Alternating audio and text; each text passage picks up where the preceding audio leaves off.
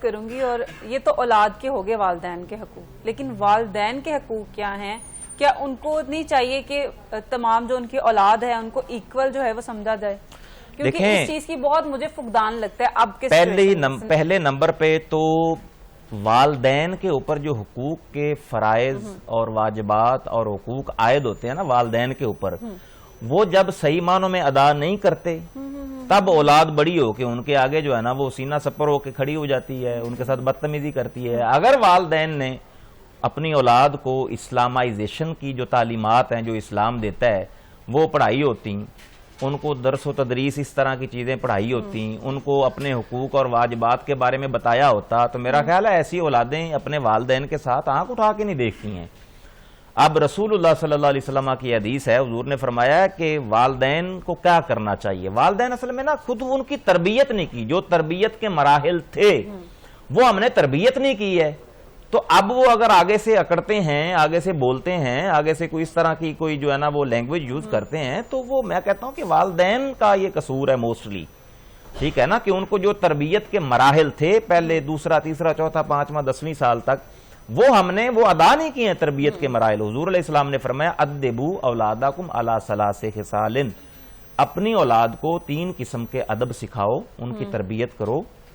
ایک کیا ہے کہ حب نبیکم، اپنے نبی کی محبت کے بارے میں بتاؤ، وحب اہل بیتہ، حضور علیہ السلام کے گھر والوں کی محبت سکھاؤ، یعنی اہل بیت اطہار کی محبت ان کو بتاؤ کہ ان کے ساتھ محبت کرنا بھی فرض عین ہے، وقراءۃ القرآن، اور قرآن پاک کا پڑھنا۔ آج یہ آپ غور کریں، میں یہ آن ریکارڈ بات بتا رہا ہوں، کیا ہم یہ تینوں چیزیں اپنی اولاد کو یہ بتاتے ہیں والدین؟ بالکل بھی کیا قرآن سکھاتے ہیں؟ ہم کسی کو جناب کسی کو ڈاکٹر بناتے ہیں، انجینئر بناتے ہیں، پروفیسر بناتے ہیں، جو دنیا جہان کی چیزیں سکھاتے ہیں، کیا اسلام ہم نے اسی طرح گھٹی میں پلایا ہے؟ کیا حضور علیہ الصلوۃ والسلام کے گھرانے کی محبت ہم نے سکھائی ہے؟ کیا قرآن کریم کو ترجمہ اور تشریح اور تفہیم کے ساتھ پڑھنا ہم نے بتایا ہے؟ تو معذرت کے ساتھ جب یہ ہم تربیت صحیح نہیں کریں گے، سسٹینیشن، تو پھر پرابلم تو ہوں گی۔ اگر غصہ بہت کسی کو زیادہ آتا ہے، غصے کے بارے میں اسلام کیا کہتا ہے؟ غصہ آپ نے اب یہ ریلیونٹ سے ایک کویسچن کر دیا۔ غصہ آتا ہے تو اس کی 3-4 کنڈیشنز ہیں۔ حضور دو عالم صلی اللہ علیہ وسلم نے فرمایا غصہ جب آئے تو آپ اگر کھڑے ہیں تو بیٹھ جائیں، بیٹھے ہیں تو لیٹ جائیں، ٹھیک ہے، اگر پھر بھی غصہ نہیں ٹھنڈا ہو رہا تو آپ وضو کر لیں، کیونکہ غصہ شیطان کی ایک انگاری سے پیدا ہوتا ہے اور شیطان آگ سے پیدا ہوا ہے، اور یہ معاملات کو درم برم کرنے کے لیے ہوتا ہے۔ تو غصے کے اوپر بھی کنٹرول رکھنا چاہیے۔ حضور نے فرمایا کہ پہلوان وہ نہیں ہے جو دوسروں کو جو ہے نا وہ آگے لگا دے، پچھاڑ دے، بلکہ وہ ہے جو اپنے غصے پر کنٹرول رکھتا ہے، سیلف کنٹرول کر لے اس کو۔ اب دیکھیں غصہ کو ضبط کرنے کا کتنا مقام ہے۔ سب سے جری اور بڑا پہلوان حضور علیہ السلام نے اس کو قرار دیا ہے کہ جو بندہ غصے پر کنٹرول رکھتا ہے، اپنی پاور وہ جو ہے اس کو سنبھال کے رکھتا ہے، اور یہ تمام اسلامی تعلیمات کے اندر جو ہے نا وہ یہ چیزیں ملتی ہیں۔